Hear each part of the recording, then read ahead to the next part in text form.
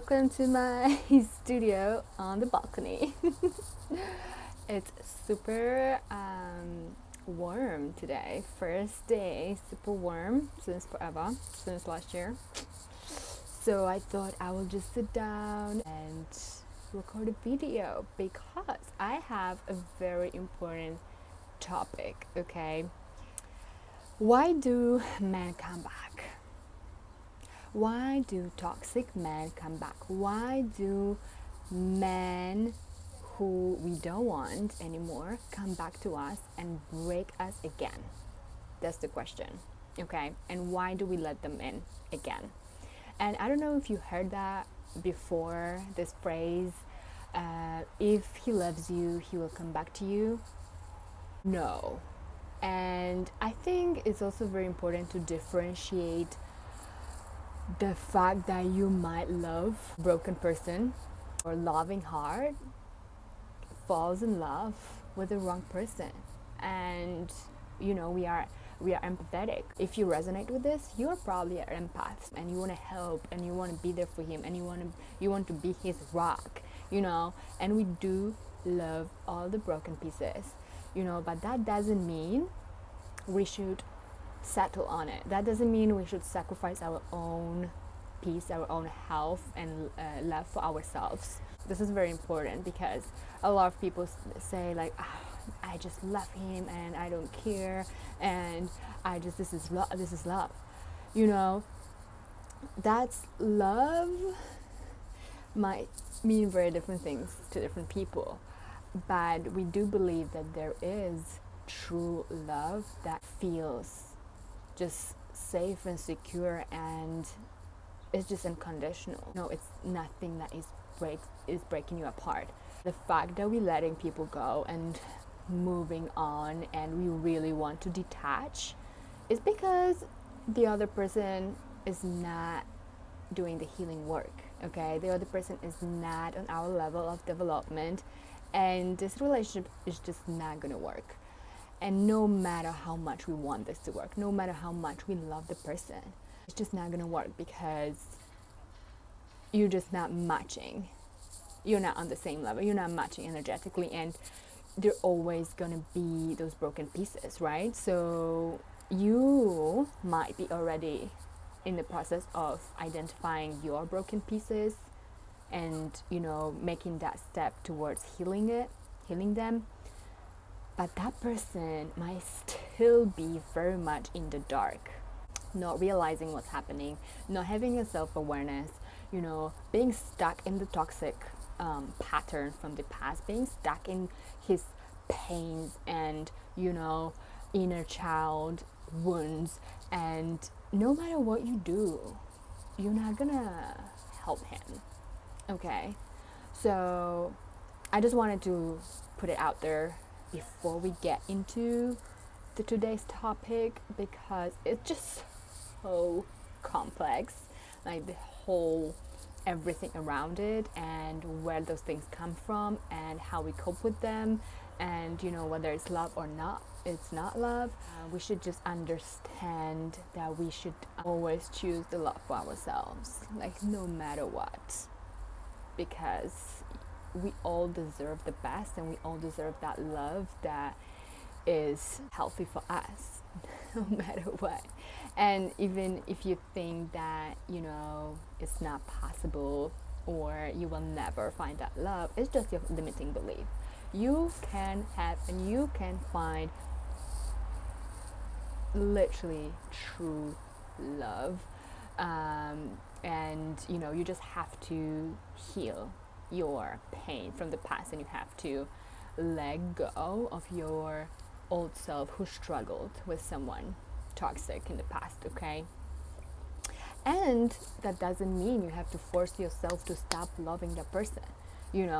It's okay to love them. Like, we carry so much love, so just accept that they still love the person. You at peace that this person is out of your life.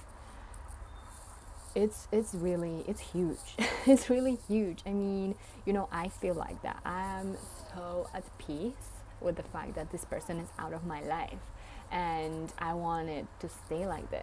till I die. You know, even though I still have love for him, I still have love, you know, I still care about his life. You know, but I don't have to interact with it. I don't have to interact with him. In fact, I will not let myself interact ever again with him, because that's, I choose myself, and that would not be good for me. So yeah, just let it sink in for a second. Okay, so why do men come back, right? Why do they come back?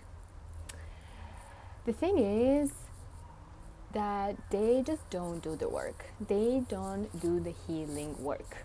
They come back because in the moment of a breakup, or in the moment of an event or the fallout, he numbs the pain, and he doesn't even allow the pain to be. So he's able to act like nothing happened. He's able to cover everything up with like external things and act like nothing happened. That's what happens. He distracts himself, right? That's the first thing they do. That's the first thing. He just goes and get all the distractions possible. I don't know, parties, other women, like literally does everything he can to distract himself, not feel the pain, and act like he's cool.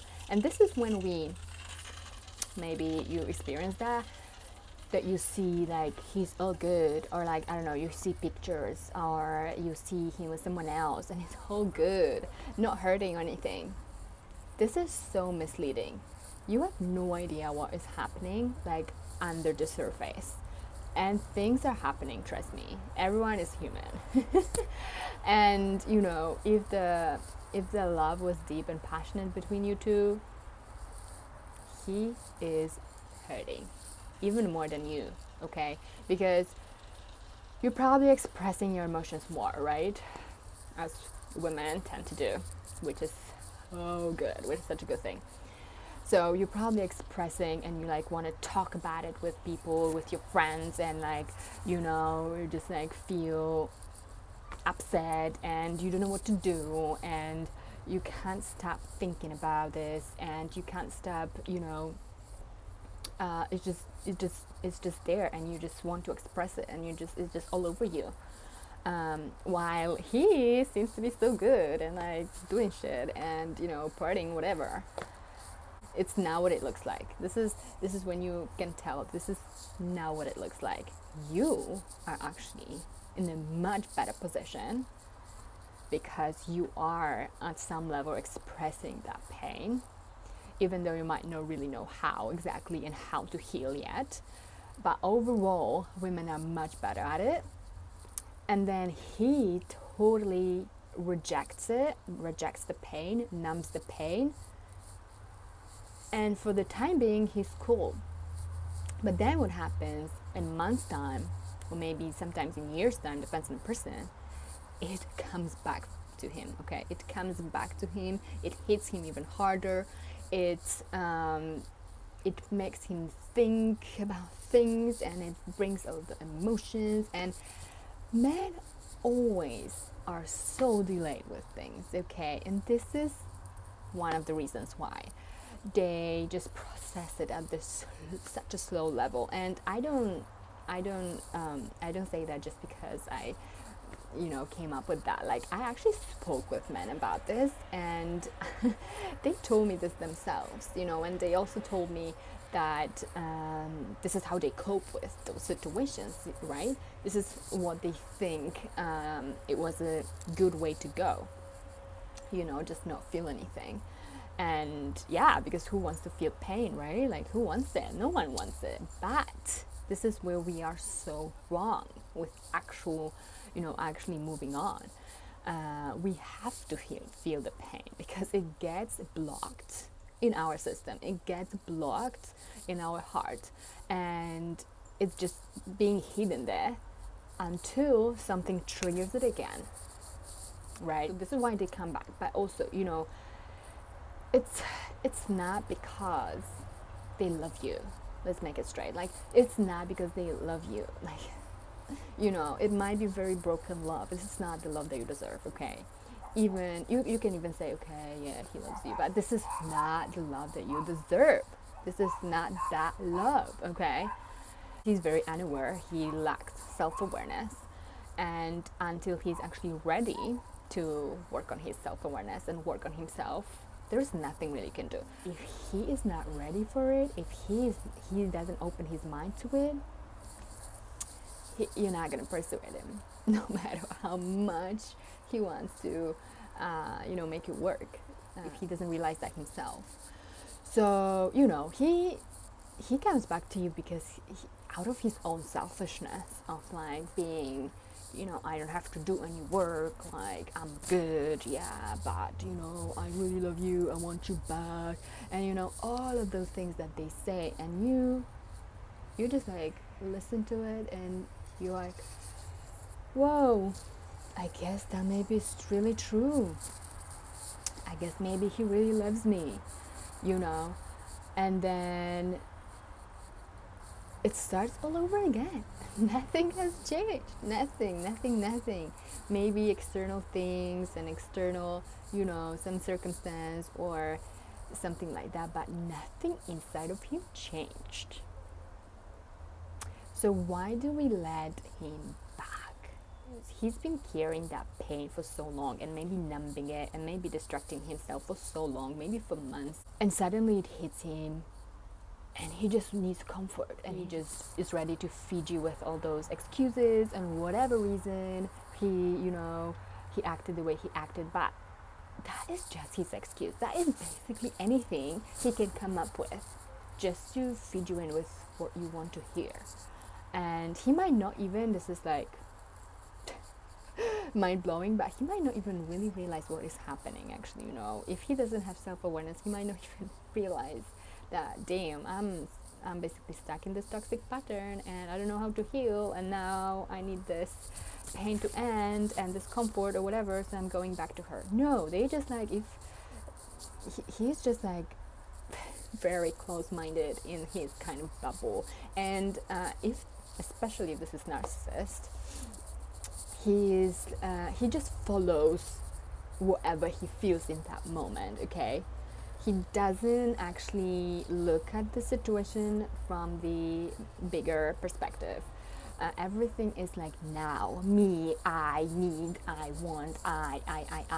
So that's why he comes back to you, and I'm actually like referring to men who, come and go, disappear, appear, but lock your heart like a motherfucker. Like they lock your heart because you are fully invested emotionally and everything, and you missed all those red flags at the beginning, and now you are in the deep shit. Any kind of up and down pattern is toxic. It's really not what you think it might be, especially that part when you see him with other women moving on, or like other distractions. This is his coping mechanism, okay? So I just really want to highlight this because women tend to really like criticize themselves that, oh my god, he did not give a shit about me. Like, this is not true. I just really want you to understand that it's not that he didn't care about you, as crazy as it sounds, because all of those things he might have done showed you that that was not the person for you. But we do have to open our mind a little bit to the fact that everyone is broken, and we're just not able to give that true healthy love to a person until we heal our own love to ourselves. He comes back, and you feel like you were fine. You expressed your pain a little bit, and you persuaded your mind that this was over, and you're moving on, and you're getting better and better at it, and your day-to-day life is fine. You're fine. Like it was painful, but you're fine. And then he comes back, and all of a sudden something like crashes inside of you. All of a sudden you get this rush of energy inside of you, and wait a minute, I moved on. What the heck? And he bombards you with apologies, and he bombards you with messages. He wants to talk, and he wants your energy, he wants your interaction, he wants all of those things that you were craving back then. and you're so confused and you just struggle, and you're like, oh my god, maybe I should let him in, maybe this is it, maybe I should forgive. Like, even if you forgive, even if you decide you forgive, very, very toxic fuck ups, they just don't. It's not something, it really depends what it is. But if we're talking about deal breakers that you really should not settle on, you might forgive, okay, but you cannot stay with that person. Some things can really not be undone, and if you stay and, let's say, forgive him and stay, this is you sending a sign to him and everywhere that you basically accepted it, even though you forgave and you put it behind you. This is you basically teaching him, even if you did it just once, that you forgave him for what he did. So if he got away with that once, whatever you said, this is not how forgiveness works. This is not how. Forgiveness is for you. It's for yourself, okay? This is you teaching him that he can do that again. Boom. So I just wanted to leave you with that to think about, and next time he comes back, next time after appearing and disappearing, he comes back to you again, you will have that awareness of, okay, this is his mechanism, this is him not dealing with the pain, this is him stuck in the pattern just to come back, feed me with all those lies, get me back, promise whatever, and just do exactly the same thing. Okay, when you really work on this and you really realize things, like all those pieces together that you've been through, that he did and maybe you did as well, like unconsciously, but they weren't great decisions, it will all come together and you will realize, like, wow, I've been really in a messy situation and I've been letting that happen to me, and I've been letting him doing whatever he's doing in his stuck pattern. Maybe you both were stuck in the toxic pattern with themselves, and the way you respond to things and the way you cope with things, all of that, it's never one person's fault. No matter how toxic and how disrespectful someone is, there are always signs, even if you don't see them but you feel them. That's your sign. And you should always listen to it, no matter how deep in the shit you are. And I know this is so difficult and almost impossible, but that's our truth. That's the truth. That's it for today. On my next video, I'm going to be talking about more in depth why we let them back in again. Okay, I will go deep into our addictive mind, and I'm going to tell you more about my addiction and how it really works and what it does to us, and why we let them back in again, even though we don't want to. Trust me, we don't want someone who breaks our heart every single time. So thanks for watching, and see you next time.